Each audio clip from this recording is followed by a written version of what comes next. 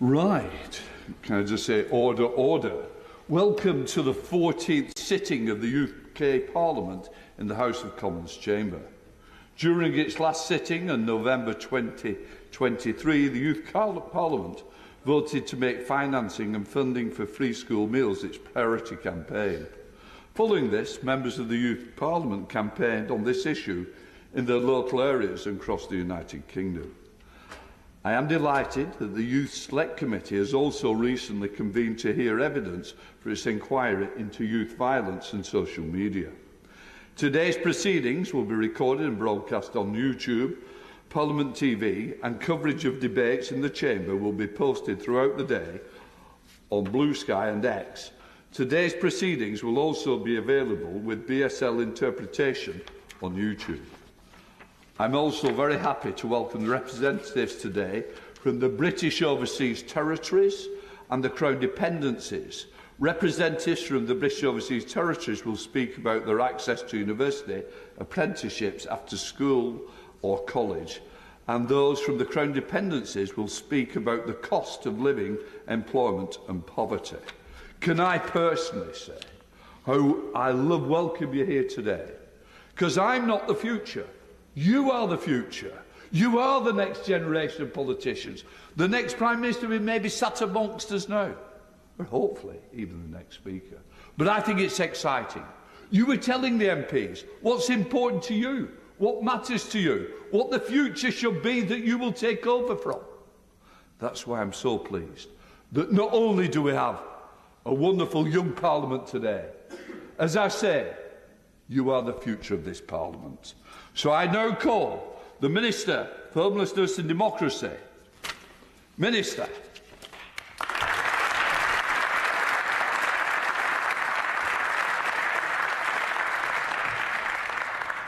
Thank you, Mr. Speaker. It's an absolute privilege to be invited to address the UK Youth Parliament today. You are the change makers, as Mr. Speaker has said. You are our future, and you are the future stewards of our democracy. And for me, as I come into the Houses of Parliament each day as an elected Member of Parliament and stand at the dispatch box as a Minister of the Crown, I think always of how special and precious our democracy is. It's an improbable journey for a child who came to this country, aged 7, born in Bangladesh and brought up in the UK in the East End of London, elected in 2010 as Britain's first Bangladeshi heritage MP and one of the first 3 British Muslim women to be elected to our Parliament.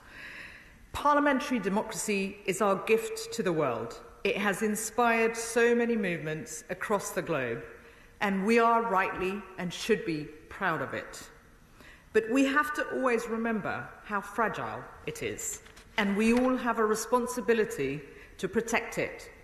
It's our duty to be stewards of our democracy, leaving it in a better place than we found it. And that's why this is a reforming government dedicated to change, and that's why we are planning the greatest transfer of power from Whitehall to our communities in a generation, empowering communities and reviving our democracy. And that's where you come in. I know that you will shortly be debating a motion that calls for giving votes to all 16 and 17-year-olds. And I know that that has been a consistent request of youth parliaments since the first one back in 1999. Well, today, for the first time, a minister can stand at this dispatch box and say that it is official policy, and it is the official policy position of His Majesty's government that the voting age in this country should and will be to 16.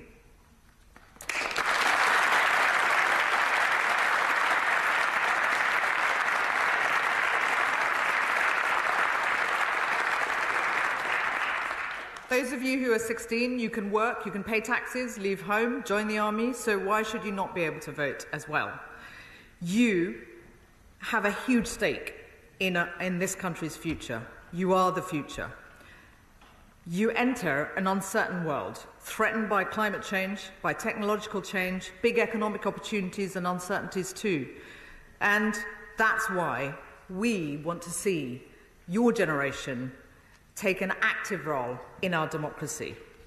And we've seen in Scotland and Wales, where young people have been able to vote, how inspiring that has been. And we look forward to working with you all to make sure that alongside what you do here, the wider community of young people who will have the opportunity to vote as we work to reduce the voting age can really engage with our democratic system and participate and make that difference to our country and have that direct relationship with our democracy. And I want to end by thanking you all for the work you do with the Youth Select Committee, the inquiries that have been held on complex issues such as social media and youth violence, the work that you've done more widely influencing young people's concerns in our country. So in conclusion, Mr. Speaker, it's not only because of the history of the ancient liberties and the Magna Carta or the struggles of the suffragettes or the Chartists or the great speeches of the incredible figures of our country, prime ministers, campaigners who changed the face of our country, that I am inspired, and I was inspired to enter public life and politics. It's the possibilities and hope that you give us of an even better future. So thank you all very much, and all the very best of luck for the rest of the day and what you go on to do in the future. Thank you.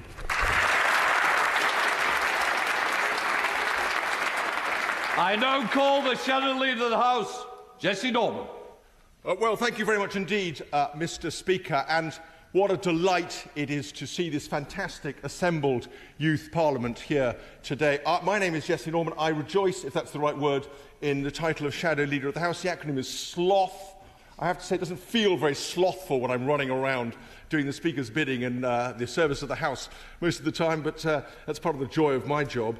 And I don't want to give you a political speech of any kind. I just want to talk about three things that might be of interest to you as youth parliamentarians. So the first, the acronym I want you to take away is House of Commons, HOC. And the first one I want to start with is H, for history.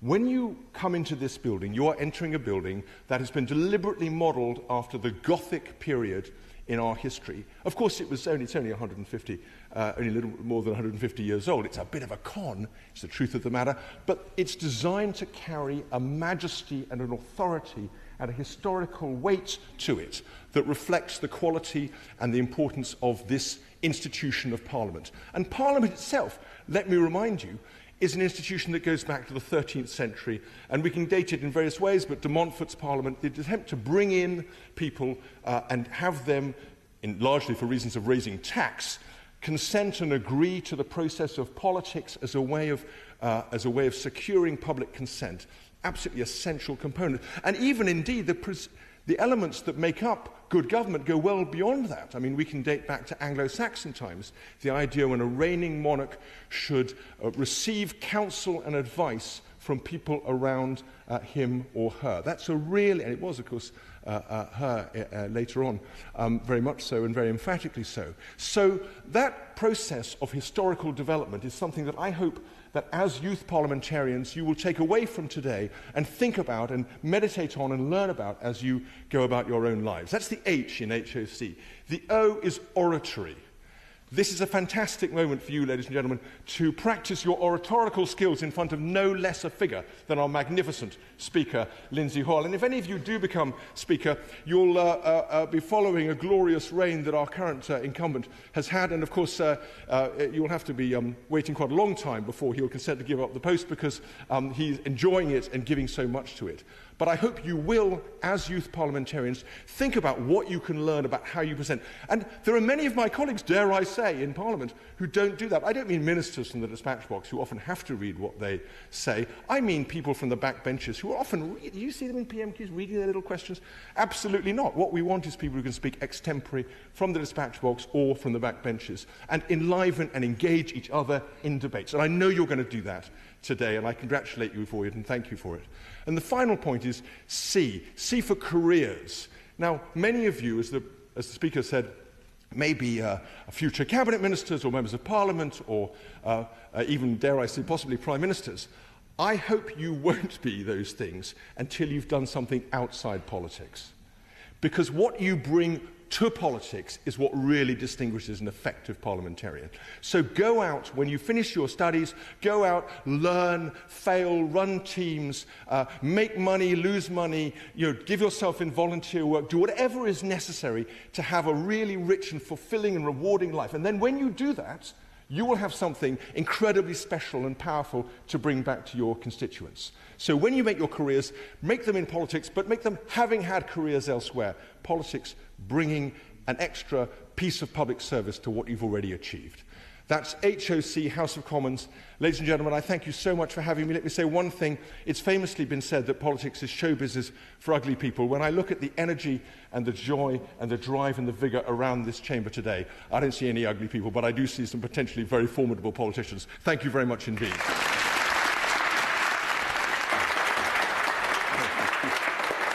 I now call the youth member for Sunderland to read a letter from the Prime Minister. Thank you, Mr. Speaker. I now speak from the Prime Minister's letter. Mr. Speaker, I am really pleased to be given the opportunity to provide opening remarks for today's sitting of the UK Youth Parliament. I welcome you to the beating heart of our democracy. It is fantastic that so many are here, putting yourselves forward and representing the voices of your constituents and young people. I was particularly pleased to hear that there are representatives not just from the UK, but from the Crown dependencies and the overseas territories here too. For several of you to have crossed oceans to be here is remarkable and shows your commitment to this really important work. In particular, I want to congratulate the youth member for Tristan da Cunha. I'm told that at 10 years old, this is the youngest person ever to speak in the House of Commons chamber. Well done, what a fantastic achievement.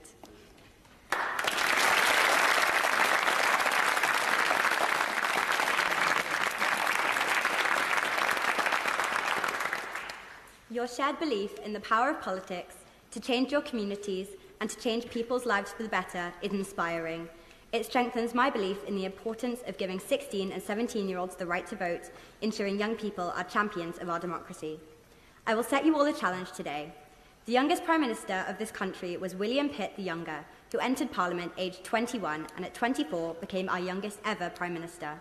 When asked by the great reformer and abolitionist William Wilberforce why no one of his age had ever taken power, William Pitt is reputed to have said, "We are too young to realise certain things are impossible, so we will do them anyway."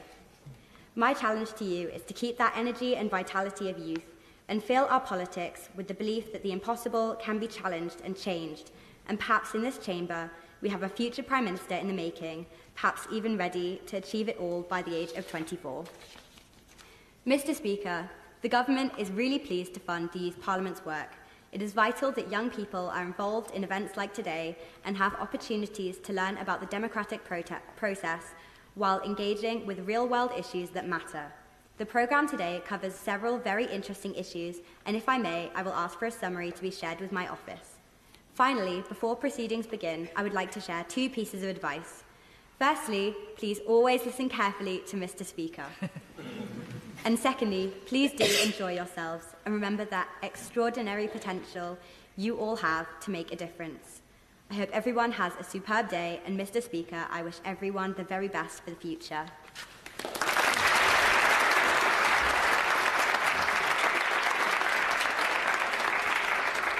The Youth Parliament will now consider the first motion of the day, voting age. The full motion is printed on the order paper.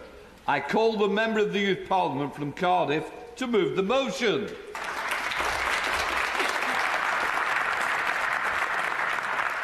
Thank you, Mr. Speaker.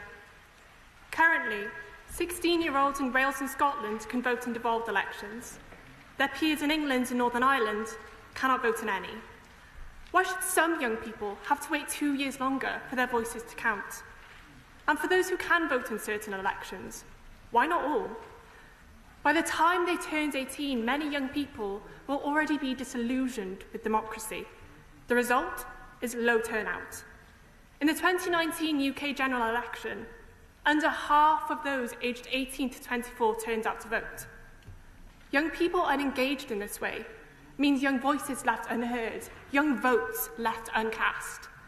This is detrimental to our democracy, because a democracy without young people is a democracy without foresight. But our presence here today is proof of young people's power as a democratic force. Lowering the voting age, combined with proper political education, is how we harness this power at the polls. Election data from 2021 shows that in Scotland, those enfranchised at 16 turned out to vote in higher numbers than those who gained the vote at 18, proving that when given the opportunity earlier, more young people will turn out to vote. The campaign for votes at 16 is older than any NYP in this room. It's been selected as a UKYP priority many times. But what's different now is that we have the UK government's promise to lower the voting age to 16 behind us. We have an unprecedented opportunity to work with this government to make lowering the voting age a reality. We owe it to ourselves, to those who campaigned tirelessly before us, and to every young person across the UK to take it. Thank you.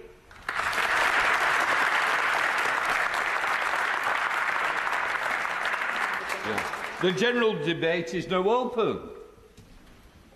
Yes, red tie. Thank you, Mr. Speaker. My name is George and I represent Brent in London. Today we gather in the world's oldest parliament, but the challenge of our time is whether we take the unchanging ideals of those who sat on these benches before us and make them live once again in the modern world. If Britain was a country born today, we would have never designed our democracy the way it looks now, where millions of young people, welcomed when the cameras are rolling, are sidelined to the margins of debate once turned off. Giving our generation back control of our destiny is the central calling of our time. Democracies that aren't sustained don't evolve. Democracies that don't evolve die, and we are not a historical relic buried in the past. We are a living, breathing movement. Thank you. Front row, second along. No. Imagine being old enough to work, pay taxes, drive a car, and even join the military, yet being told you're too young to vote. That's the reality for 16 and 17-year-olds today. Young people are deeply affected by government decisions on education, healthcare, and the economy, yet we have no say in shaping our future. It's time to change that. We should expand political education in schools, ensuring that all young people understand their rights, responsibilities, and the power of their vote. Democracy is strongest when it includes every voice. If 16-year-olds can be trusted to contribute in society in so many other ways, then we should be trusted with the most fundamental right of all, the right to vote. Thank you. Yes, with the flower. Yeah, absolutely. Thank you, Mr. Speaker. My name is Emmanuel Jha, and I'm the Member of Youth Parliament for Leeds. I stand before you to address the hypocrisy surrounding voting rights for young people. It's time that we recognise that 16 and 17-year-olds have the passion and the insight to engage in politics. We will live with the consequences of today's decisions, yet we're denied the power to influence them. Look at Scotland, for example. In the 2014 independence referendum, over 100k young people registered to vote, and around 75% of them turned out to make their voices heard. This decision empowered us to shape our future. Denying us this right means silencing our own voices. Young people can be voices of destruction sometimes, but we can also be voices of construction. Bringing fresh ideas and solutions provides a new thing to our democracy.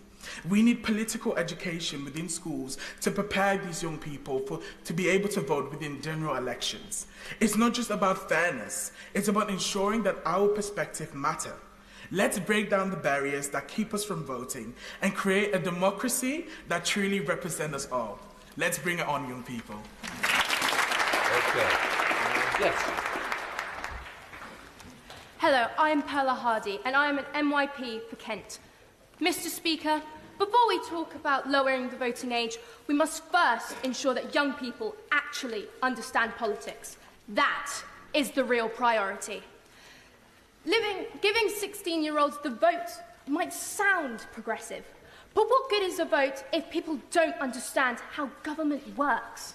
Too many leave school with the little knowledge of our democracy. Instead of rushing to lower the age, let's focus on proper political education, teaching young people about how laws are made, how taxes work, and what their vote really means. Countries like Denmark have excellent political literacy programs, and as a result, their young people are far more engaged. We should be learning from that model. So, before we change the voting age, let's make sure every young person has the knowledge to make informed choices. First, education. Then we can have the debate about votes for 16 to 17-year-olds. Thank you. The back, yeah. Thank you, Mr. Speaker. To put it simply, as young people, we are the future of modern democracy. With our generation's daily use of social media, we are able to have such a wide political scope. This allows us to bring fresh perspective into politics, subverting the traditional way of viewing democracy and looking at things through a greater sense of enlightenment. It is crucial that young people can express their political views. I'm sure we are all in agreement here. In preparation for today, I carried out a survey with my constituents, and the consensus was that young people feel political education would be incredibly empowering. Perhaps it's something previous generations should have had too, but that doesn't mean it's too late to start now.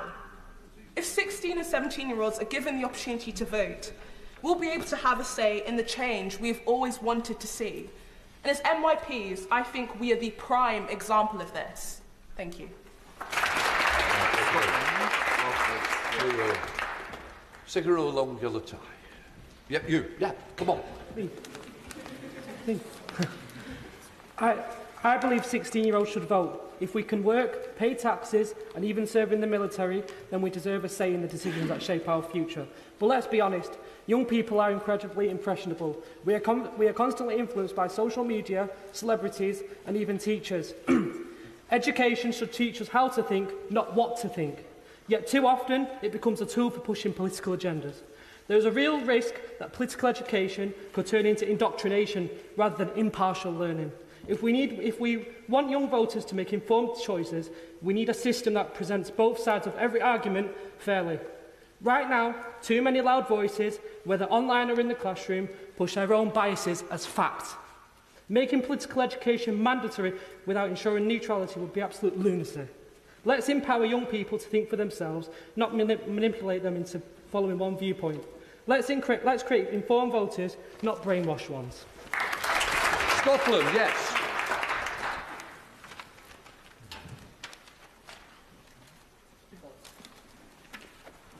Good morning, Mr. Speaker.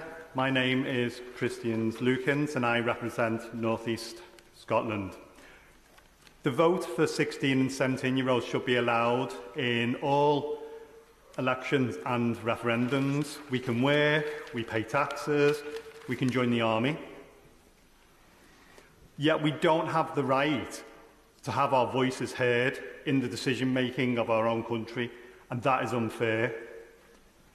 A young person from Dundee said, "A lot of adults are ignorant about how they vote."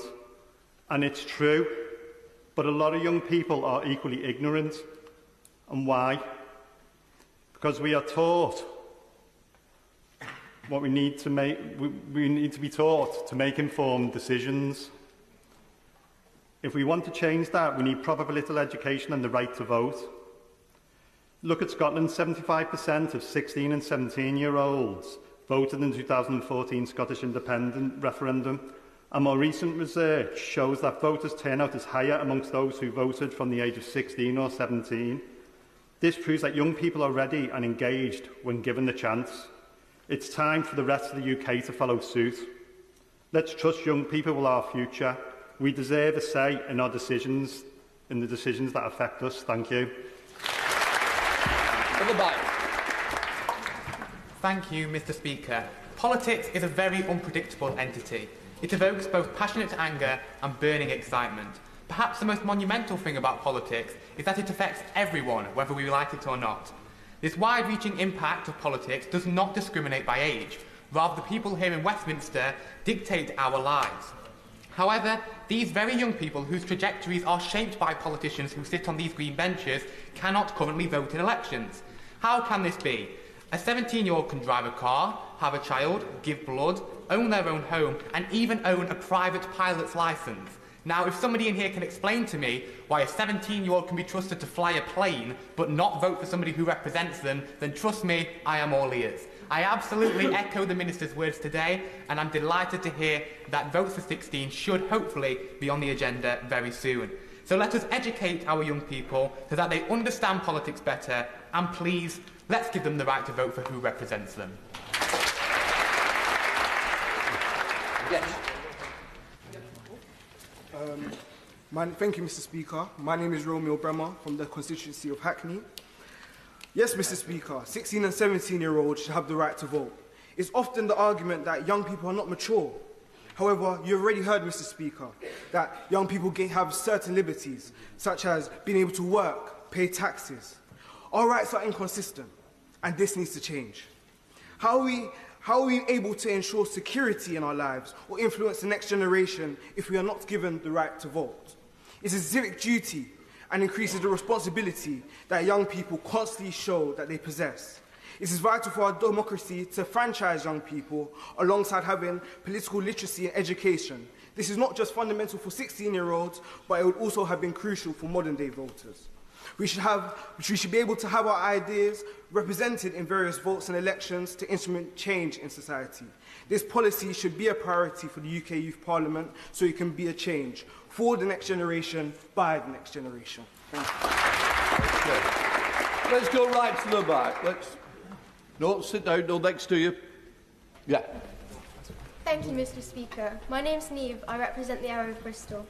As a representative of Bristol, we have found that our young people believe that votes at 16 and 17 is a necessary change that should be implemented.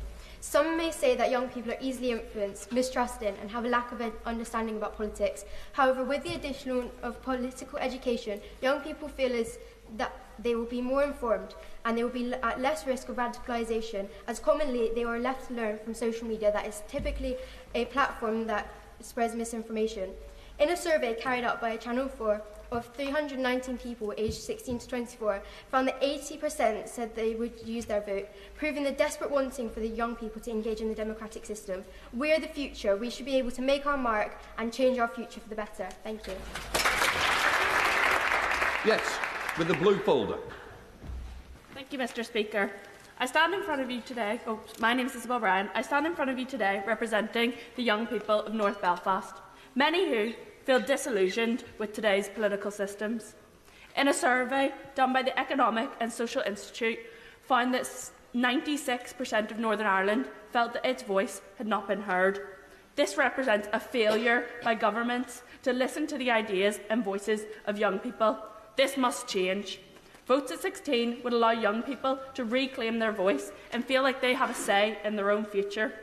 We can no longer let young people be unrepresented and undervalued. Votes at 16 allows young people to hold their elected officials to account and build a future in which they feel included. But this must come with political education.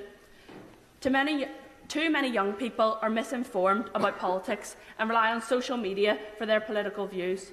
For votes at 16 to work effectively, we must educate young people and give them political power. Thank you, Mr. Speaker. Yes. Deceit, lies and corruption, the pillars of our government. Dear Mr. Speaker, everybody is tired. I'm tired. You're tired. We're all tired.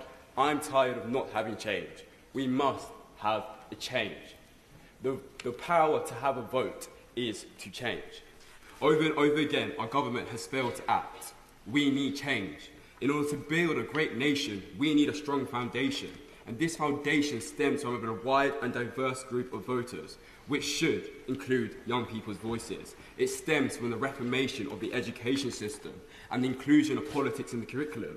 No longer can we be innocent bystanders while we watch these so-called politicians swindle us of our future. After all, we are that future. Let us have the right to make change. Voting is perhaps one of the most important rights we have as citizens. Don't let anyone tell you any different. Let's not allow people who abuse power back into positions of power. Brexit cost £114 billion British pounds, detrimentally affecting the country's economic output. Inflation, all-time high. But don't worry, it's okay. It's not like it will have long-lasting effects. Right. Oh wait, yes it will. Today's generation, our generation of young, blossoming youths, have more decorum and backbone than frankly most. The past is the past, and the future is ever so near. So give us the pen and let us take control of our future. Give your name. Probably just have your name and constituency. Justice Muir from Kent. So thank you. Let's go over to Wales. Who have we got from Wales? Mr. Speaker. Thank you, Mr. Speaker. My name is Daniel and I represent Wrexham in North Wales.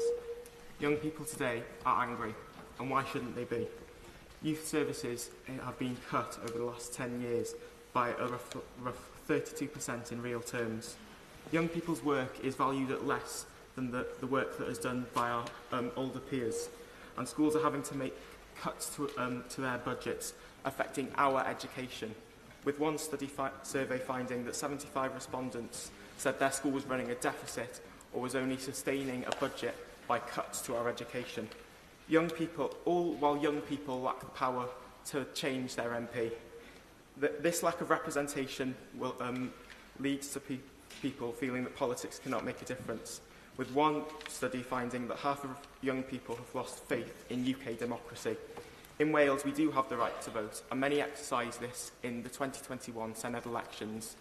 However, a BBC report found that nearly 35,000 young people in Wales were not registered to vote in this election.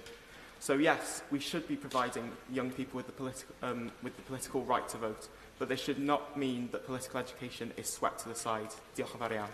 Okay. Let's go to yes. Mr. Speaker, my name is Phoebe Gruber and I'm here representing Cheshire West and Chester. The increased in turnout as a result of enfranchising 16 and 17-year-olds has already been discussed. However, not only does this turnout increase directly, it leads to a long-term positive multiplier effect in voting intention. A study in Austria, who became the first EU country to allow votes at 16 in 2007, showed that if individuals experience their first elections in a context where the base probability turnout is higher, as is for 16 and 17-year-olds due to the educational social networks that they are embedded in, they are more likely to retain a higher steady turnout rates in the future. Therefore, allowing votes at 16 will increase long-term turnout, strengthening electoral mandates. Thank you. Right at the back. Thank you, Mr. Speaker. My name is Olivia Morris. I'm from East of England, Central Bedfordshire. Young people have been fighting for 16 and 17-year-olds to be voting for for many years than people in this room have been alive. This has been fighted for decades. And we're still in this room fighting for why 16 and 17-year-olds should have the right to vote. In the future, we are looking at issues such as climate change, education, healthcare, and this directly affects us, and it directly affects the young generations of the future. So why should 16 and 17-year-olds not have the right to vote? When this affects us, it affects them, and decisions need to be made now for our future. Thank you, Mr. Speaker. Yes. Thank you, Mr. Speaker. Finlay Shaw, Member of Youth Parliament for Newcastle upon Tyne. I urge members to vote in favour of this motion because, as we've heard from the address from the Prime Minister and the Minister for Democracy, it's already government policy. And a previous member said it's soon to be on the agenda. Over the general election, it was not really mentioned by any parties that had on the manifesto because it's still seen as a political taboo. And it's still not widely mentioned by the government. And it's our responsibility to represent our constituents and to represent them to the people in power. So even if you don't agree with the motion, it's already going to be government policy and it's widely wanted by our constituents. So for that reason, urge you to vote in favour of the motion. Yes, round the back with the blue folder. Thank you, Mr. Speaker. My name is Ashaz Abbas. I am a member of Youth Parliament for Rotherham. I stand to argue that 16 and 17-year-olds should be allowed to vote in all elections and referendums. The truth is, young people are already impacted by political decisions. From education policies to climate change, their future are shaped by the choices made today. So why should they have a say? Critics might argue that 16 and 17-year-olds aren't mature enough to make such important decisions, but I ask you, is age the true measure of readiness to participate in democracy? Many 16-year-olds are already working, paying taxes and contributing to society in meaningful ways. They deserve the right to shape the policies that affect them. And let's not forget the role of political education. We need to equip young people with the knowledge and skills to make informed choices. Schools should provide comprehensive civic education, enabling students to engage critically with political issues. This will ensure that they are not only eligible to vote, but are also well prepared to do so. Allowing 16 and 17-year-olds to vote is not just about granting rights, it's about giving them the responsibility and the tools to be active, informed citizens. The future is theirs, and it's time their voices are heard in shaping it. Thank you, Mr. Speaker. Thank you, Mr. Speaker. I'm Oliver from Staffordshire. With political education, we can all agree it is a necessity. However, every person here knows in PSHE lessons we are often thrown to the side because teachers are overworked and underpaid. 16 and 17-year-olds having the right to vote means that people can use that education and effectively use it. There's no point pushing for political education if young people do not use it. Frankly, that's impossible. That's not impossible, but just stupid to do. We need 16 and 17-year-olds having the right to vote in order for people to use that education to better this country, or else we'll just go into a cycle of decline and nothing will happen. Thank you, Mr. Speaker. I now call the Member of the Youth Parliament from Telford and the Wrekin to conclude the debate.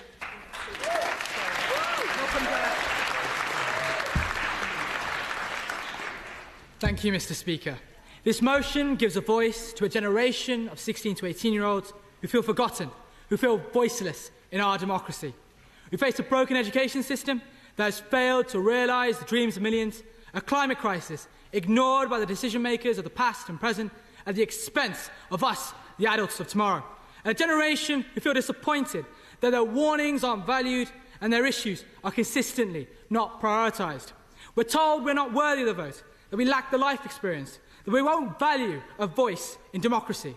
We're asked to accept an imbalance in representation that undermines our ability to engage. But how can we engage with a system that denies us the tools to do so? How can we understand a democracy that deprives us both the vote and the education to use it? This motion does more than grant young people the right to vote. It ensures they're equipped to use it responsibly. It fosters the emergence of informed critical thinkers who will challenge their leaders and hold them accountable.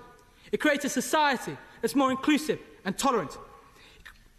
It builds an electorate that will ensure future generations are included in the process. A system slanted against the young undermines the British values that underpin the UK, the values of democracy, individual liberty, the rule of law and tolerance. It's time to follow the example of developed nations and grant all those aged 16 and over the right to vote in elections and referendums. This motion is our chance to give a greater voice to a generation who felt forgotten, the generation we stand here to represent. This can be the catalyst in energising youth turnout and participation in the politics of our communities. It may finally make society remember our place in any vision they have for the UK. For we are the future of this land, the leaders of tomorrow. It's time our democracy reflects that, not through words and promises, but through the right to meaningfully engage.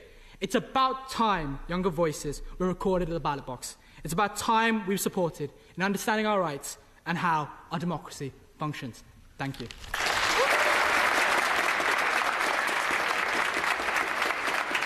The Youth Parliament will now consider the second motion of the day, living wage. The full motion is printed on the order paper. I call the Member of the Youth Parliament from County Durham to move the motion.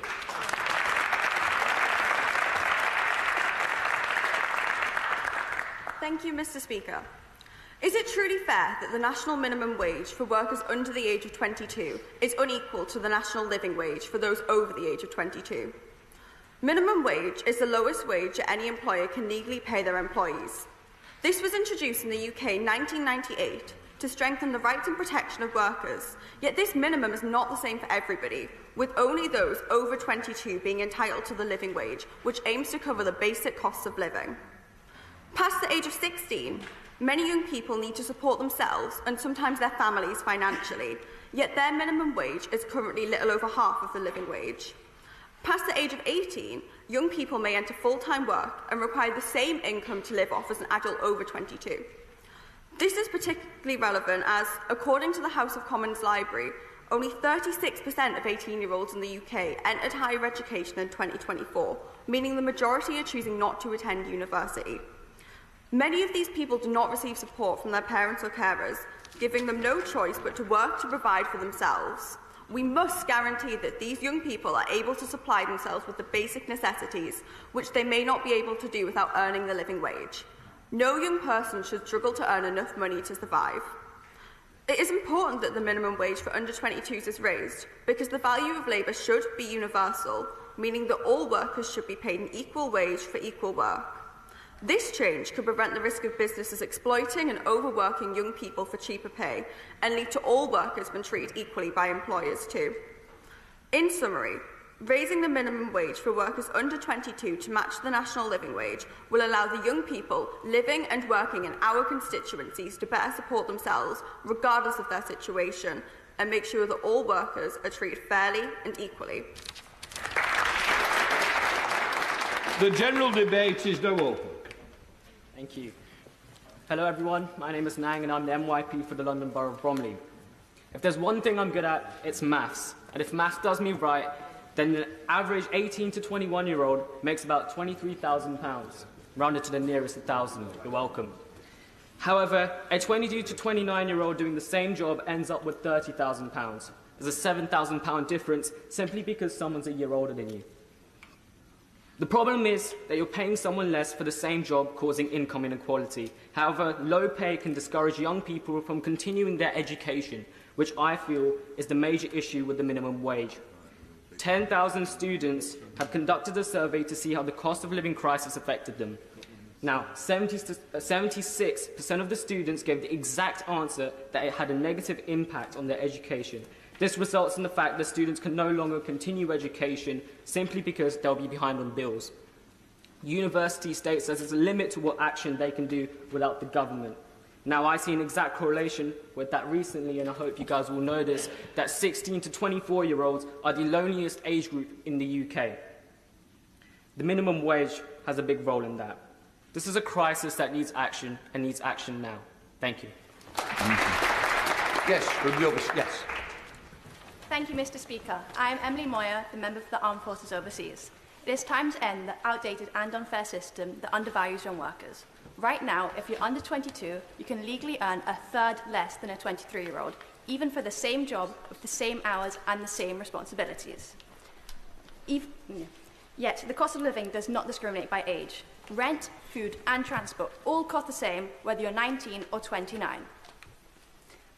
So the solution is simple: equal pay for equal work. Raising the minimum wage for those under 22 to match those over 22 would prevent exploitation of young workers, ensure fairness in the workplace, and improve financial independence. So, to go against Jessie J, yet again, it is about the money, money, money. A fair day's pay deserves a fair day's work. No exceptions. So vote this as the priority. Thank you. Yes, in the yellow. Thank you, Mr. Speaker. I'm Sunny Kai and I'm from Yorkshire and Humber. Hypothetically, let's say this notebook in my hand was made by an 18-year-old, someone who put their blood, sweat and tears into producing. And here's another, identical in every way, but made by a 25-year-old who also put in the same effort.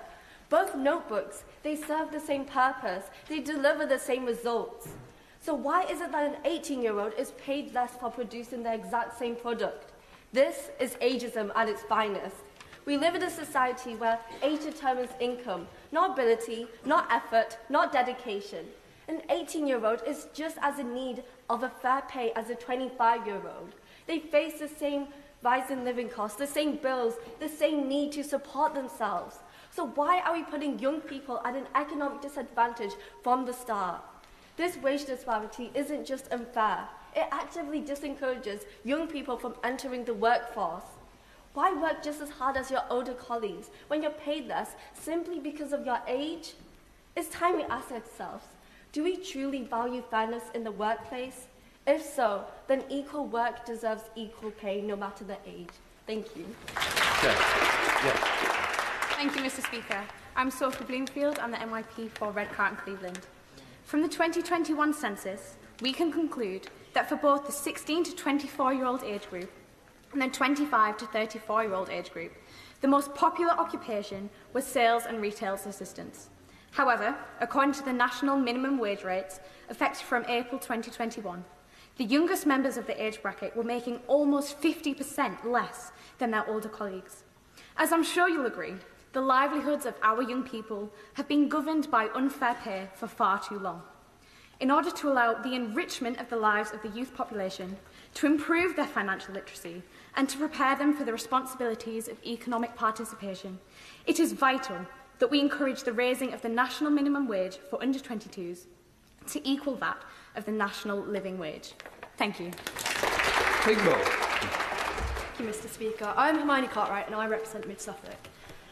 May I start with that there are 16-year-olds that live on their own. Some live with children, some live with mental ill health, and some live with physical ill health. The average person, 16 to 21, has to work right from leaving school age. So why is it fair that they don't get paid as much for doing the same job? The young people that decide to move out at 16 are forced to get a job and may only get £6.40, depending on the job. Under 18s can only work a maximum of 40 hours a week, so that would only earn £256 a week, and roughly £124 a month. We also have to bear in mind that they have to be in some sort of education or training from 16 to 18, therefore there are also limits. This is also limiting the hours you can work. Other factors we also need to consider is the fact that people need to pay for travel, rent, electric, water and food in order to be sustainable and functionally surviving. £124 a month does not cover all of this. Another issue is that a low-income family who is receiving benefits from and a young person tries to get a job, the benefits will be cut due to the overall household income. This then makes the family struggle more because now that the young person is having to help pay for the living necessities, they can't pay for travel, food or things that the individual person needs on their day-to-day life. Without being able to pay for these things, it limits the young person's success for the future, and that is not okay. Can I just say to people as well, if you've already spoken, please don't try and take another chance off somebody. Yes, from Oldham, why not? I'm Louis Wilde and I'm Member of Youth Parliament for Oldham and Saddleworth, the home of Premier League fan members Oldham Athletic AFC. The minimum wage is something that should be equalised. I come from Oldham, which is one of the poorest towns in the country, and a ward called Coldhurst in my town has the highest child poverty rate per capita in the entire UK. I have grown up around lots of people who are young carers, and I've grown up on a council estate which is quite notorious where I'm from for not being the most lavish of places. And the fact that these people, who are 16 to 18-year-olds, are having to get jobs, be paid less and support their own families while barely struggling to actually keep their families afloat is quite honestly a travesty, as I'm sure all of my fellow members agree, and I urge you all to agree with this motion that the minimum wage should be equalised, because the fact that young carers are struggling to provide for their families and put food on the table for everything else is just horrifying, and I'm sure you all agree. Thank you very much, Mr. Speaker. Okay. Yes, second the law. Yeah. Thank you, Mr. Speaker. Matthew Quinn from West Scotland. I respect the aspiration of the motion. I think it's a well-written motion. I just want to provide an alternative point, and that point is this. We have to reflect on what makes young people employable. And the reality is, often it is because they are cheap labour. Now, we can disagree with that, we can take exception to that. That's okay. I would argue we should take exception to that. But we have to be aware that by being able to employ young people for less, it keeps young people employed, it ensures that youth unemployment is low, which we're seeing across the UK right now, and it ensures that young people have opportunities for the future. Thank you. Thank Thank you, Mr. Speaker. My name is Erin Belton, and I'm honoured to represent today the young constituents of Bracknell Forest in the South East. Age is a protected characteristic in the UK. I'm sure you can all agree that paying somebody less because of their race, sex or religion would be completely abhorrent. So why should we discriminate based on age? Young people are just as capable as others, and they should be paid as much for doing the exact same job. We've heard about it being called the living wage. How are we as young people supposed to live when we are only earning half as much as somebody a couple of years older than us? How are we supposed to live? How are we supposed to thrive? This is why it is imperative that the national minimum wage for under 22-year-olds should be raised to match the national living wage for those over 22. I've never been prouder to propose. Thank you. From the end, yes. Thank you, Mr. Speaker. My name is Kieran Lancaster. I am the NYP for Caerphilly, and while I'm hearing all lovely speeches where national minimum wage should be... sorry, Mr. Speaker. While all national living wage should be equal as the national minimum wage, as an 18-year-old who works in a bar, having to listen to conversations about history of Wales or why an 18-year-old is good at darts, I've got a clue, it's not me. Why should we increase the national minimum wage to the national living wage when it's technically already has increased as of April the 1st, 2025? As of April the 1st, 2025, under 18s will earn £7.55, 18 to 21s will earn £10, and over 21s will earn £12.21. If we don't increase the wage, young people will be employed. As from the time frame of October to December 2024, 642,000 young people remained unemployed. That means there was a 14.8 unemployment rate. This is maybe because of a lack of experience or a poor education. We need to encourage young people to gain experience, also to encourage them to go to education. Otherwise, what's the point? Because we're just going to be standing here today, no jobs, no income money, and some people who are the sole income... Sorry, Mr. Speaker, are sole income providers for their family. So I encourage all of you, please let young people in the UK gain experience and gain education. It will benefit everyone, trust me. Thank you very much. Right at the back, in the farthest corner. Thank you, Mr. Speaker. My name is Zara. As a representative of Bristol, we have found that our young people believe that we should raise the minimum wage. This is evident from the belief that doing the same job but getting paid less is unfair in the eyes of a young person. The argument that raising the minimum wage allows no improvement throughout the ages of 16 to 22 is heavily disagreed with by our young people, as they believe the experience they gain along their work journey will earn them more money and by their skill level. As well as this, they argue that 16-year-olds' efforts are just as effective and they're just as capable as a 22-year-old, and therefore shouldn't be penalised due to their age. Overall, our youth believe the gap should be closed as they are doing the same job and younger people work just as hard. Yes, in green, Northerner. Thank you, Mr. Speaker. My name is Cara McGee and I am the MYP for Fermanagh and South Tyrone. Now, many people in my constituency, their biggest milestone in life, or one of them, is passing their driving test.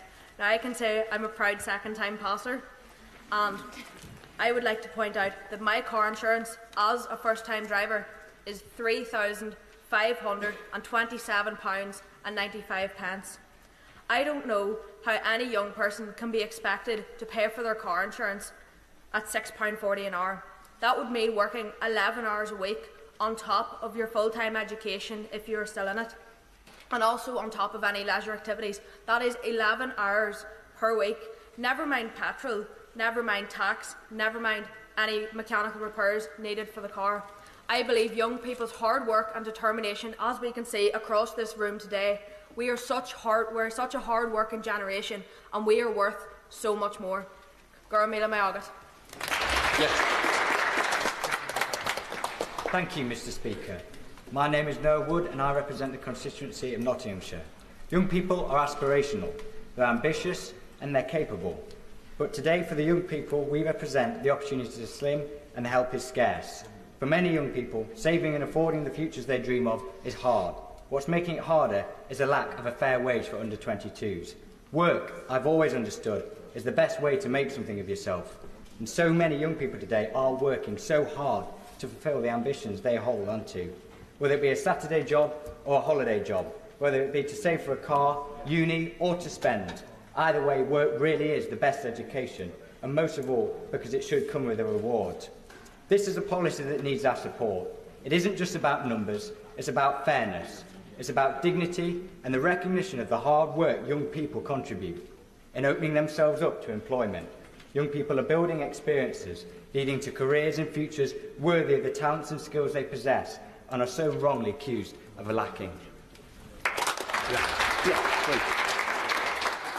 Thank you, Mr. Speaker. I'm Anusha Hussain, the Youth MP of Redbridge. The cost of living is one of the most critical issues families and young people are facing today. School uniform, books, transport does not come without a cost, and it's the same regardless of the price, regardless of age. Aligning the wages of younger workers with those over 22 could alleviate financial hardships faced by young people, ensuring equitable compensation for similar work. Young people's time, hard work, effort is as significant as anyone else. Furthermore, higher wages may encourage more young people to enter workforce, potentially reducing youth unemployment rates, fostering economic independence.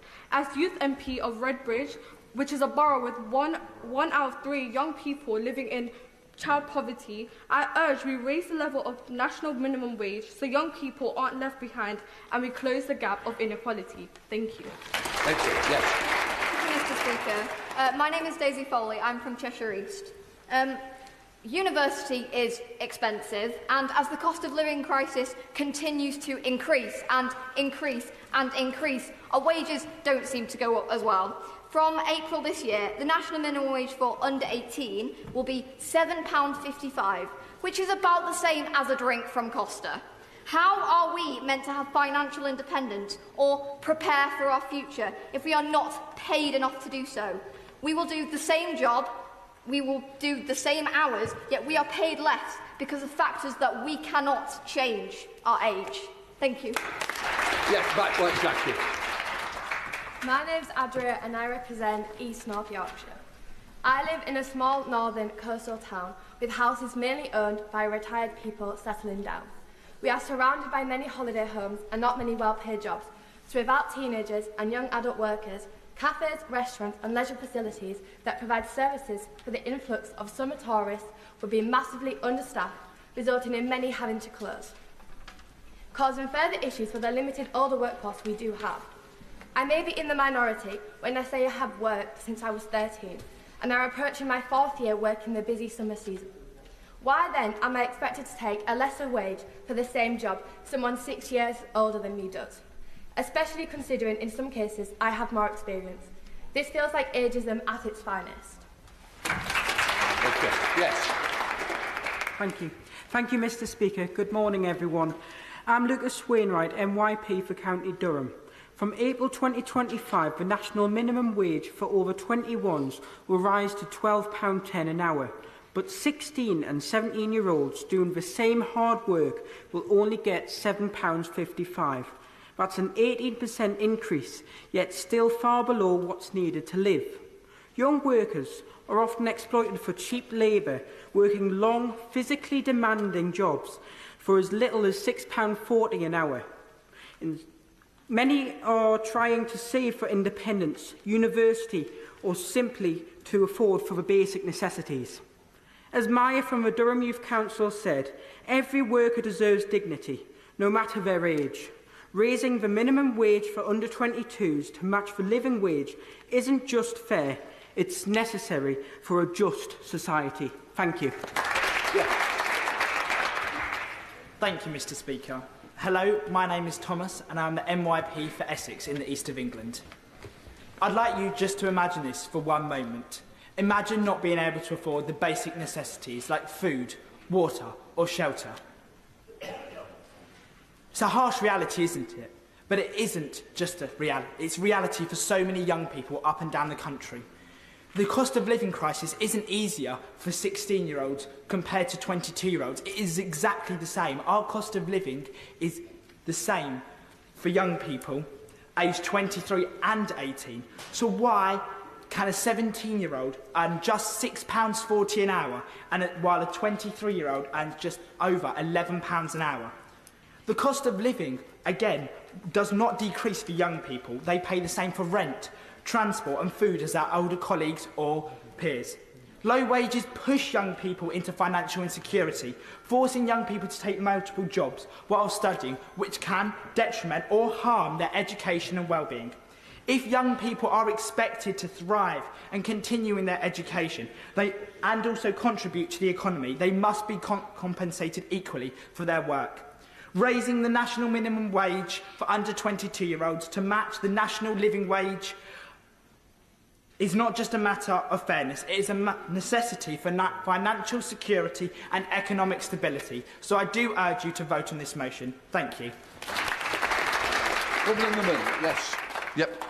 No, stand up. Yeah, no, yeah. No, behind you. Yeah. No, not you, next door. Thank you. Hi, I'm Emma and I am the representative for the constituency of Somerset in the South West. We do the same work, so why shouldn't we get the same pay? How are we expecting to have a thriving job market with young people gaining independence when young people are being underpaid and unfairly treated in the workplace? This motion must be prioritised as young people need to be encouraged into the job market and be involved in a positive working environment, as we are all going to be in jobs for a long time. This is a permanent issue which isn't only for now. Your entry into the job market stays with you until you retire, forming the basic building blocks to future employment and success. In addition, if under 22s are paid the same as over 22s, their work ethic and drive to improve their skills will increase, helping you, helping me, helping the community. Everyone in society is affected by these young people who work these jobs. Why shouldn't we prioritise this? As youth representatives, we need to ensure that every young person entering the job market is paid the same as over 22, so that they can work in a positive environment to ensure they can flourish and perform at their best. This change in the minimum wage must be prioritised. It affects every single young person under the age of 22 who has a job. We must prioritise this to draw attention to the lack of equal monetary support behind young people in jobs, and we must ensure that young people are valued and represented in their working communities. Thank you. Yes. Thank you, Mr. Speaker. My name's Katrina and I represent Central Scotland. I'd like to tell you all about a constituent of mine who helps his family pay for groceries. They live in poverty and he works minimum wage. He is lucky compared to others. His family can survive without his wage, even if it was hard. Others can't. Why should families who don't have enough money to survive have to rely on children who aren't getting paid enough themselves? Everybody should be paid enough to survive. Thank you. Yes. That one. My name is Yvonne Dixit. I'm representing West Sussex. Consider a young worker, barely 21, who does the same job as someone slightly older, earns up to 25% less simply because of their age. The official figures from the UK government make it clear. Our minimum wage structure penalises youth, despite the fact that living costs remain the same. Analyses by the Resolution Foundation and the Institute for Fiscal Studies reveal that this disparity pushes many young workers into in-work poverty. International evidence from New Zealand shows that reforming youth wage rates can be done without harming employment and even boost economic security. It's time we remove age-based wage discrimination and ensure that every worker under 22 receives a wage that truly reflects the cost of living in today's world. Yes. Thank you, Mr. Speaker. My name is Rihanna and I represent Blaenau Gwent.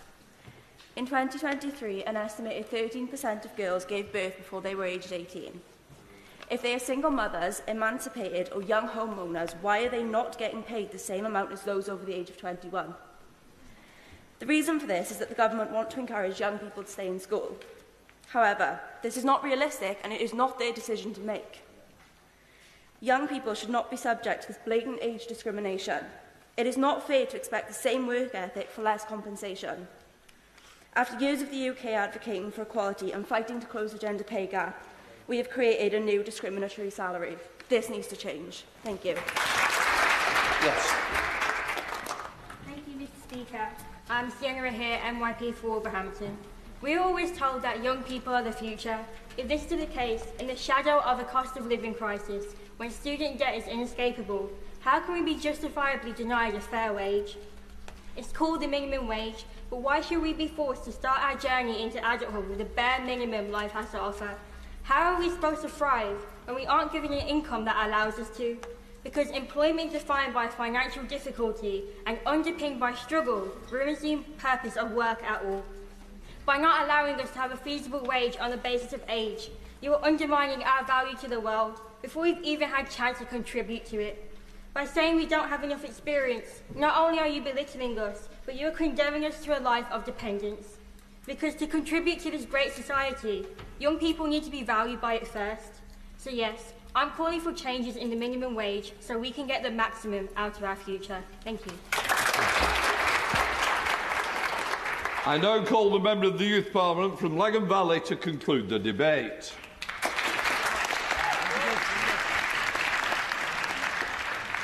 Thank you, Mr. Speaker. All animals are equal, but some are more equal than others. This is one of the many rules within George Orwell's Animal Farm, but I need you to bear with me for a moment. I promise I'll explain how a book published in 1945 is relevant to fair pay for all. The reason that the living wage is called the living wage is because you're meant to be able to live on it. But we, as young people, need to be able to live too. We need to be able to afford transport, food, stationery for our education, and oil to heat our homes. But we simply cannot afford to, due to being asked to work like adults, but not being paid like adults. I understand that many young people have parents to support them, but not everyone has someone that can or is in the financial position to do so. Some young people rely on the money that they earn, not to mention the fact that many 16 to 21-year-olds are not in education, but instead work full-time. They deserve to receive a livable wage, as they are working the same amount of hours as someone over the age of 22 would. Costs are the same for many items, regardless of age. For example, in Northern Ireland, adult fares on public transport are payable from age 16, right up until you receive an OAP card. Furthermore, menstrual products are the same age whether you are 16 or 26, and they are a day-to-day factor for many people. A 16-year-old being paid $6.40 an hour is expected to pay the same as a 22-year-old being paid $11.40 an hour. I ask this chamber, how is it fair? I want to go back to my earlier quote from Animal Farm and how we're all equal, but some are more equal than others. Mr. Speaker, those that are 16 to 21 often do the exact same jobs as those who are 22. They are equal in employment, but those who are 22 and over are more equal as they get paid so much more. Thank you.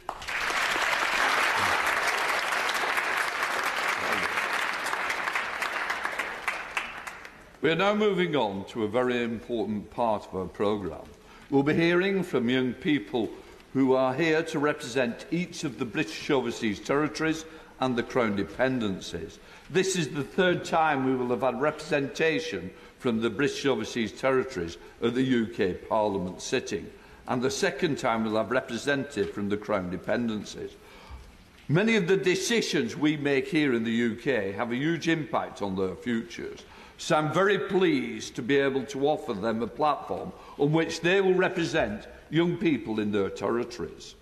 The topics for their speeches we're about to hear were voted by over 2,900 young people in the first ever Make Your Mark ballot for the British Overseas Territories and the Crown Dependencies. Young people from the British Overseas Territories choose access to university, apprenticeships, after school or college, and those from the Crown Dependencies chose the cost of living, employment and poverty. We'll hear first from the representatives from the British Overseas Territories on access to university, apprenticeships, after school or college. I now call the youth representative of Anguilla.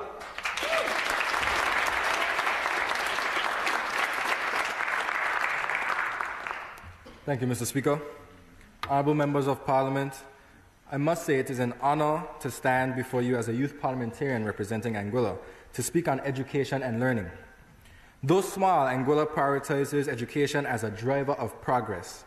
Our government invests in quality learning, ensuring young people gain the skills needed to contribute meaningfully to society.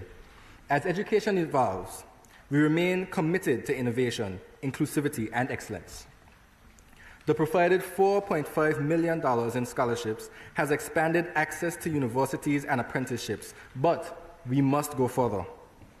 Stronger collaboration between schools, colleges, and industries will bridge the gap between education and employment, providing practical skills for success. A major challenge is securing funding for interactive learning. Initiatives like Promethean boards, laptops, and online platforms enhance inclusivity, particularly for students with special needs. Continued investment is essential to equip all students for the workforce. Education also plays a vital role in reducing youth violence. Without clear opportunities, young people become vulnerable to negative influences.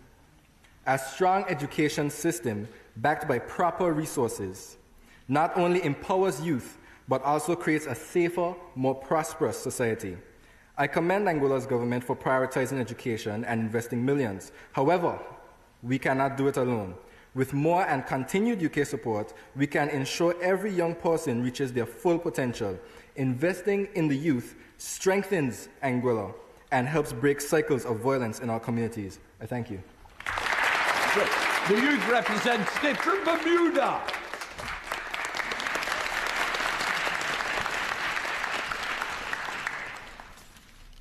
Thank you, Mr. Speaker. Mr. Speaker, education is the foundation of a thriving society that empowers and equips individuals with skills and knowledge. As Bermuda restructures its public education system, I urge our leaders to focus on bringing light, liberty, and learning to everyone.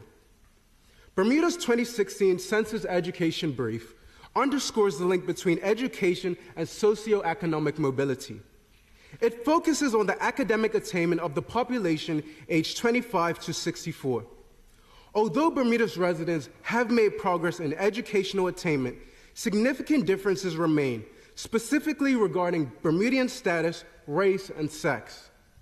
Mr. Speaker, Bermudians lag behind non-Bermudians in university degree attainment, with only 30% holding a degree compared to 52% of non-Bermudians.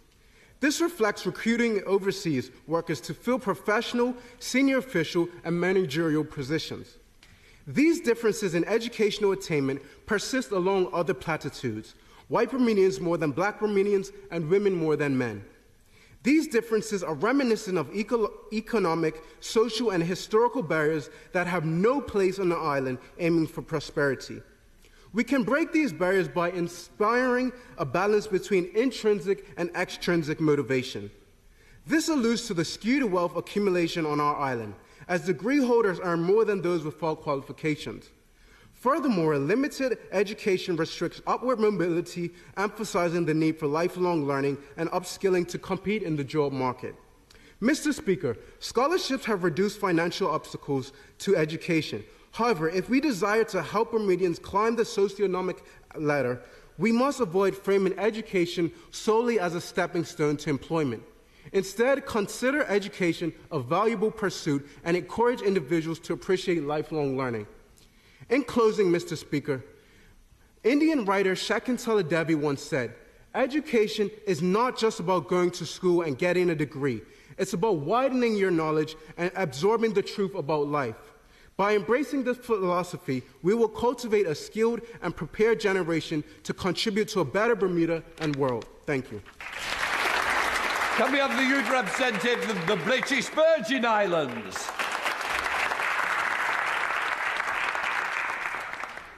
Thank you, Mr. Speaker. Education is so often referred to as the key to success, but what happens when that key is not accessible to all? I stand before you as a young voice from the British Virgin Islands to highlight the critical issue of educational access for students from the overseas territories. Students from the BVI and other overseas territories face significant financial barriers to higher education abroad, particularly in the UK. While home fee status and tuition loans may help, the lack of maintenance loans remains a major hurdle, often forcing students to abandon their studies due to living costs. At the May 2023 Joint Ministerial Council, the UK and territory ministers acknowledged this issue, but no concrete solutions have emerged, limiting students' access to UK education. Beyond academia, regular extreme climatic weather events have highlighted a shortage of skilled tradespeople. In response, our ministry, along with our local college, launched a technical vocational apprenticeship program to equip youth with practical skills. However, more must be done to elevate apprenticeships and vocational training as a viable career path, ensuring both community resilience and sustainable futures for our youth. I urge our government to advocate for maintenance loans for overseas territory students to remove financial barriers, and invest in vocational training and apprenticeships to address critical skills shortages. By taking these steps, we honor our commitment to resilience, self-reliance, and the empowerment of our youth. Let us ensure that every young person in the British Virgin Islands and other overseas territories has the opportunity to unlock their full potential. Thank you, Mr. Speaker. We now come to the youth representative of Cayman Islands. Thank you, Mr. Speaker. Good afternoon. My name is Jack Hurlston, and I am honoured to be here today to representing my home country, our beloved Cayman Islands. A small Caribbean nation of around 85,000 people, we are a nation striving for kindness to be considered synonymous with our culture, having affectionately adopted the Department of Tourism slogan, Cayman Kind. I am grateful for this platform to speak on a topic of growing concern to me and my peers. One of insufficient accessibility to quality secondary education and inability to accommodate our neurodiverse student population or those with special learning requirements. With a rapidly increasing youth population, all schools within our islands are already at carrying capacity, and a post-pandemic population surge has led to an even further reduced number of places available to neurotypical secondary students, let alone individuals with learning differences. Having personally struggled with a challenging learning style since early childhood, I too had difficulty finding a place in a quality mainstream school for my crucial secondary years, and was left with little option but to look at alternatives abroad to further my studies and achieve maximum academic potential. This predicament ultimately led me to the UK to study for my GCSEs, and although this move has been beneficial for me, it is my perspective that, despite the best efforts of charitable organizations and accessibility advocates, much more support and assistance is necessary in Cayman to equalize opportunities and help the growing number of students with special learning requirements, many of whom do not have the option to study abroad in the UK. Through policy intervention, investment and oversight, further action could be taken to help all Commonwealth students achieve their highest potential in their home countries, supporting and providing dedicated educational resources for our neurodiverse populations, and allowing for the delivery of world-class education that we are privileged to already have access to here in the UK. In closing, we are one British family, and there should be equal access for all, no matter our country of origin or diverse way of learning. We are all in this together and must look out for one another. We must be kind, courteous, and most of all, caring. Thank you for allowing me to speak to an issue facing many in our Commonwealth nations. We are blessed by our commonality and our ability to learn from each other to solve our shared issues. Thank you. We now have the youth representative of the Falkland Islands. Thank you, Mr. Speaker. My name is Stanley Betts, and I'd like to thank the Speaker for giving me this opportunity to share my experience as an overseas student from the Falkland Islands. I'm currently in my second year of A-levels, and I want to share how the Falkland Islands has benefited my education and students like me. Unlike the Cayman Islands and other territories, we have limited access to higher education and certain apprenticeships. Instead, the Falkland Island Government funds students to study abroad, with the Education Department standing at £10.7 million. Over £1 million spent on further education, supporting accommodation, travel fees, and university debt for those who continue their education. Many study at Peter Symonds, Winchester and Chichester College in the UK, or in New Zealand due to its agricultural ties. While students have no obligation to return after being funded, this goodwill gesture encourages many to contribute to the community, showing that funding is not just for the individual, but an investment for the Falkland Islands. Apprenticeship students return in skills like carpentry and plumbing, essential for the maintaining infrastructure and supporting the growth of Stanley and the islands overall. Studying abroad also means we must quickly adapt to a new environment and education system. For some, it is their first extended stay in the UK or their first visit altogether. I found that transitioning to living without my family was an adjustment. Fortunately, many UK colleges that welcome overseas students often share halls of residence, allowing me to live with my friends from the islands, easing homesickness and making the experience more comfortable. The Falkland Islands are in a unique position as an overseas territory when it comes to education, yet I believe we have a system that other territories could adopt with its strong support for the youth. I hope the Falklands approach to an education inspires discussion on overseas students worldwide. Thank you for your time. We now come to the youth representative of Gibraltar.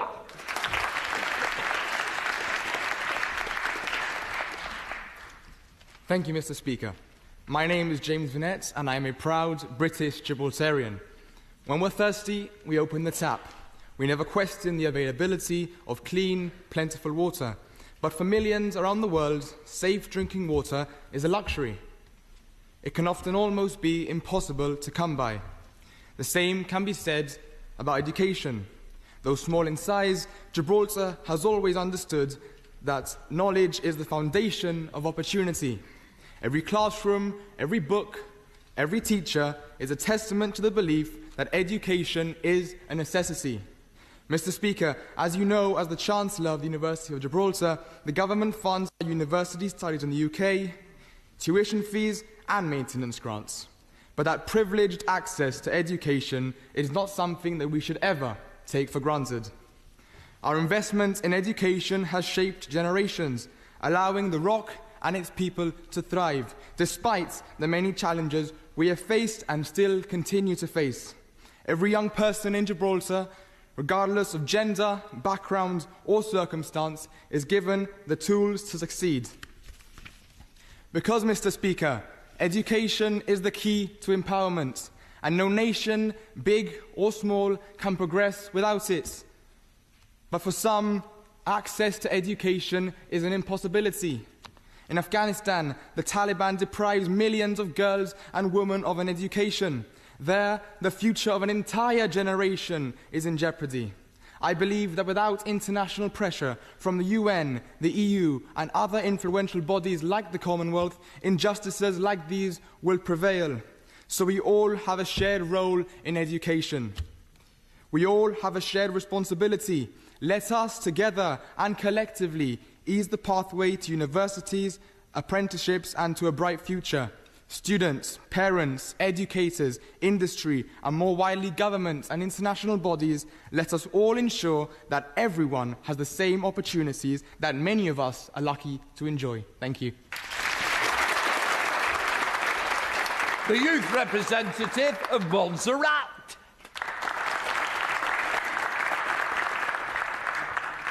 Thank you, Mr. Speaker. Members of the Youth Parliament, I am Shari Bazi, the proud representative of the lush green and beautiful Emerald Isle, Montserrat. Mr. Speaker, education is a social process that molds young people into individuals living purposeful and dignified lives. It contributes significantly to the formation of society structure when combined with other social forces. Access to education, whether it's through traditional universities or alternative vocational scenarios such as apprenticeships, plays an essential role in our personal and professional growth. Mr. Speaker, education is one of the most powerful forces behind social mobility, yet access remains unequal. Studies show that education provides the skills and credentials needed needed for stable employment and higher wages. However, despite more people than ever before having access to education, social mobility in the UK is at its lowest level in over 50 years, according to a 2023 report by the Institute for Fiscal Studies. Mr. Speaker, if access has expanded, then why does inequality persist? The real issue is not just access, but who gets access. Did you know that students from underprivileged backgrounds are nearly 3 times less likely to gain admission to university or an apprenticeship compared to their more affluent peers? This is not just a UK issue. It is a reality for many under-resourced countries, including Montserrat. Currently, Montserrat has no full-time university, no vocational or technical college, and limited structured apprenticeship. Mr. Speaker, today I stand here as a representative of students who must leave their homes, families, and communities in search of higher education. As an engineering student at the Waltham Forest College, I can safely conclude that access to university and apprenticeship is easier now, but remains limited. Mr. Speaker, while preparing this speech, I reflected upon my peers that are often faced with financial and logistical barriers. While the government of Montserrat does offer some scholarships, many students struggle to secure funding for overseas studies. This, Mr. Speaker, limits their opportunities, and that is unacceptable. Every student, regardless of their background, financial status, or country of birth, deserves an equal opportunity to succeed. Yet, for students from Montserrat and the other UK overseas territories, the barriers are even greater. Many of us are British citizens, yet we lack the same educational infrastructure and support as students in the UK. If we are truly a part of the British family, then we must be granted the same opportunities to learn, to grow, and to contribute to society. We need a system that recognizes the unique challenges faced by students from under-resourced communities and countries alike. This means creating pathways that reflect the diverse needs of all students through inclusive education policies, expanded apprenticeships, and increased financial support. Education, Mr. Speaker, is not a privilege, it is a right. Investing in the future of Montserrat and the other overseas UK territories is investing in the future of Britain itself. I thank you. No, this is, with many firsts today, I'm going to introduce Owen, who's the youngest person ever to speak in this chamber, and he comes from the remotest place in the world, a part of the overseas territories known as Tristan da Cunha. Can we give a very warm welcome?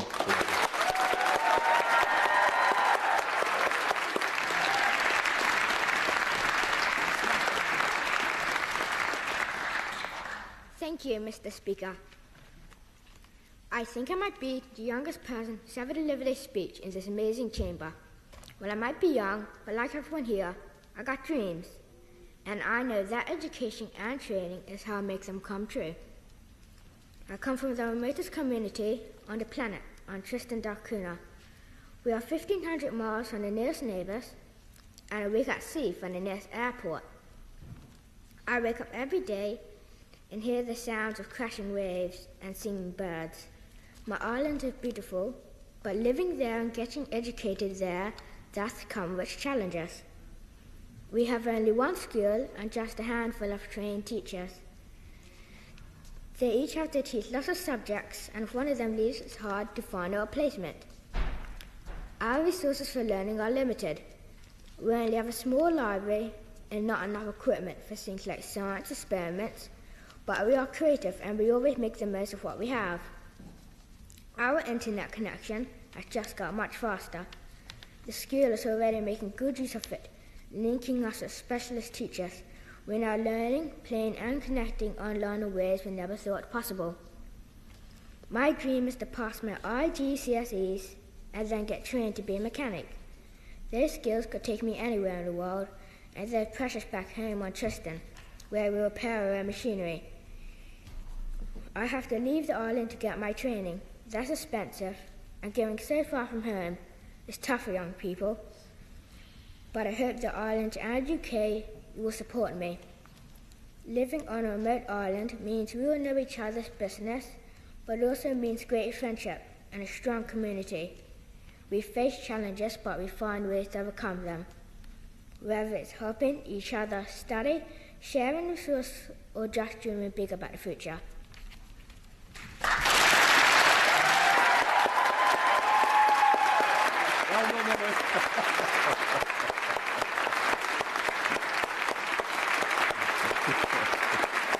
Well done. Right, we come to the youth representative, Turks and Caicos.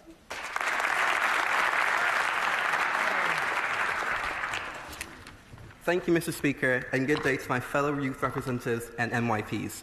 My name is Damari Fulford from the beautiful, by nature, Turks and Caicos Islands, and today I am honoured to stand before you to emphasise what I believe that access to education through university and apprenticeships is the foundation for a brighter future in our islands. This year, our government's annual international scholarship programme has opened doors for over 100 exceptional Turks and Caicos Islanders like myself to study at universities all over the world. In 2020, we started a national internship and apprenticeship program that's provided over 200 participants placements, allowing students to work in related fields of studies and industries to improve our human capital, which I am proud to state. However, an important question we must ask ourselves is, are we equally committed to provide opportunities for students studying in the creative and performing arts as we are to those in STEM and tourism in Turks and Caicos? Every student has the right and deserves a chance to fully pursue their passions, Mr. Speaker, without feeling pressure to follow traditional paths based on societal expectations such as conventional financial standards and negative labeling on the arts, as I have experienced as a current music student at the University of Nottingham.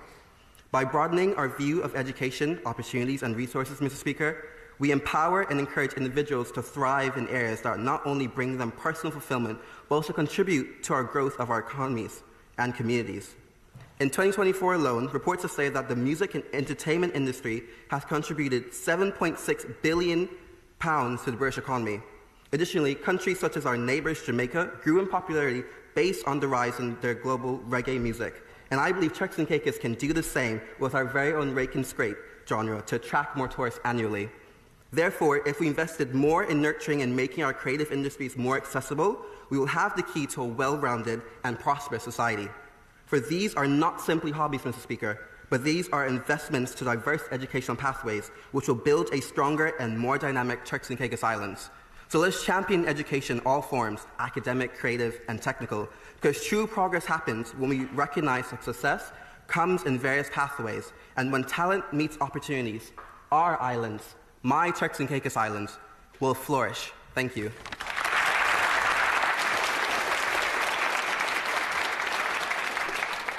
We'll now hear from representatives from the Crown dependencies who will talk about the cost of living, employment and poverty. I call the youth representative from Guernsey.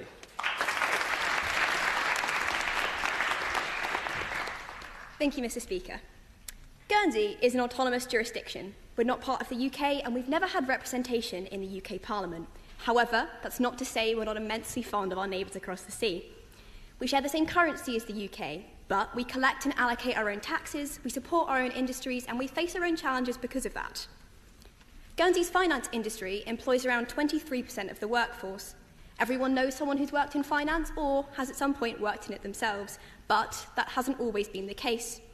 In the late 1960s, we packaged and exported almost 500 million tomatoes to the UK, with greenhouses covering swathes of the island.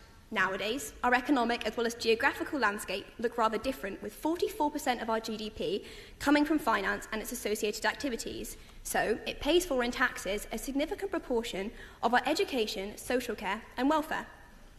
An issue which has been brought to light by recent inflation is the impact of poverty within our community. Whilst we have over the last decade seen a drop in the proportion of households in relative income poverty, our rate still sits at 19%. However, in Guernsey, we benefit from our small size, with an entire island population of only 64,000 people, and whilst it's cliched, everyone really does know everyone, a factor that can be immensely helpful in hard times. We also, as in the UK, have a declining birth rate, with only 451 babies born in 2023, compared to 631 just 15 years ago. That's a 29% drop in my lifetime, and so we're trying to welcome back more of our own students who must leave age 18 if they wish to attend university, through more affordable housing schemes and on-island training, allowing them to access more profitable jobs whilst returning back to their communities, bringing their skills with them. In conclusion, Despite our small size, we found we tackle the same issues as the UK, whether that be a declining birth rate, changing sectors, or the cost of living crisis. And so we work to find a balance that preserves the current economy, but also invests into the youth so we may continue to develop for their future. Thank you, Mr. Speaker. We now come to the youth representative of the Isle of Man.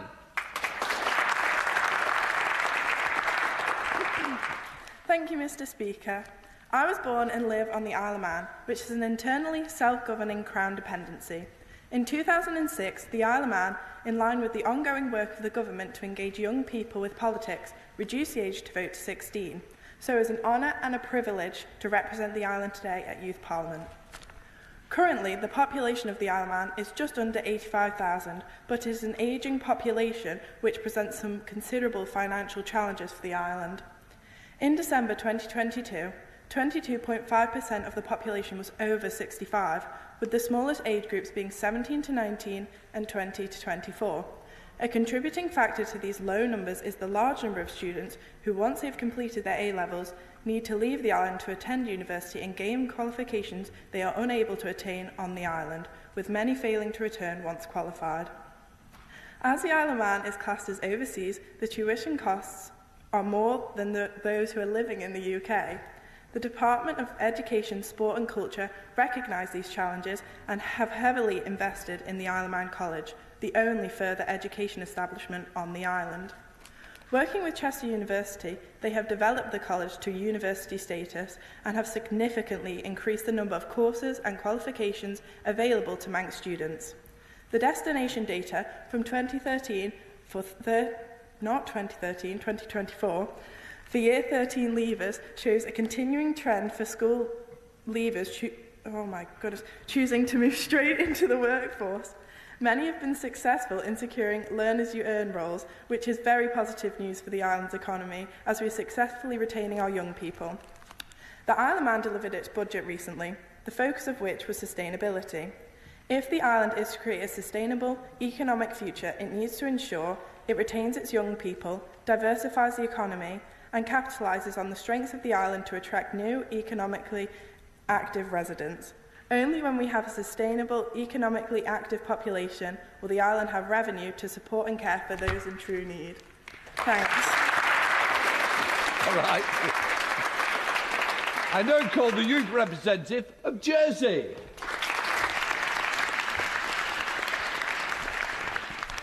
Firstly, I'd like to express my thanks to the Speaker for inviting me to speak today, and I'm very grateful for this opportunity. Jersey boasts an economy of over 5.7 billion per annum and an average GDP of around 55,000 per person, which puts us among the top 20 economies globally for living standards. Even though we have a wealthy and strong economy for our size, we are facing potential economic pressure and demographic shifts in the next decade due to an ageing population, decreasing birth rates, and low adoption of new technology. Birth rates in 2024 for Jersey were the lowest since 1945, having fallen 10% since the previous year. These statistics predict a major challenge in Jersey's ratio of working and non-working islanders, which could lead to a decline of revenue to run public services and ultimately a drop in living standards.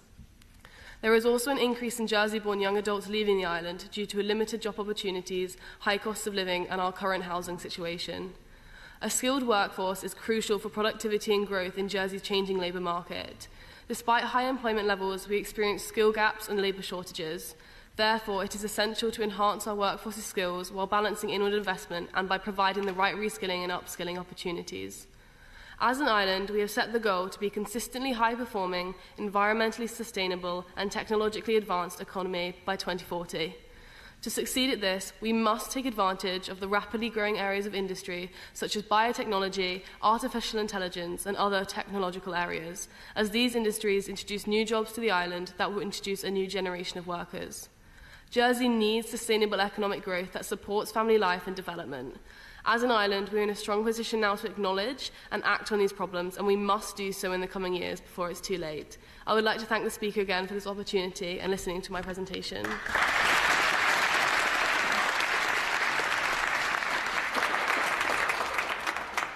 Can I just say, the future of democracy is very safe. You are the future stars. I can see the MPs, and hopefully the next Speaker is amongst us. And I've got to say a big thank you for all the contributions. I'm sorry for those who didn't, but we've still got this afternoon's sessions. I'd also like to thank the clerks in front of me for what they do, the doorkeepers, everybody who's involved, including my own office team as well. So what that does conclude is this morning's session of our sitting. The Youth Parliament will now adjourn until 1:40 after the official photographs in the chamber. I invite you to return to Westminster Hall after lunch. Order! Order!